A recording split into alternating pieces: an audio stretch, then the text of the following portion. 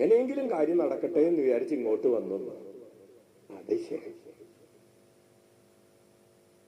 എങ്ങനെയെങ്കിലും കാര്യം നടക്കാൻ വേണ്ടിയിട്ട് ഇങ്ങോട്ട് വന്നു. ഇവിടെ എന്താ ചെയ്യേണ്ടതെന്ന്? ഇവിടെ ഒന്നും ചെയ്യാനില്ല. കുറിച്ചുള്ള ഒരു ഐഡന്റിറ്റി എന്താണ് എന്ന് പറയുന്നതിന് മുമ്പ് എന്തല്ല എന്ന് പറയാം. ഇനി ചില ആളുകൾ പറയും എല്ലാ വഴിയും ഒന്നാണ്, യൂണിവേഴ്സലിസം എന്നാണ് അതിനെ പറയുന്നത്. എല്ലാ വിശ്വാസവും ഒരു സ്ഥലത്തേക്കല്ലേ നമ്മളെ നയിക്കുന്നത്.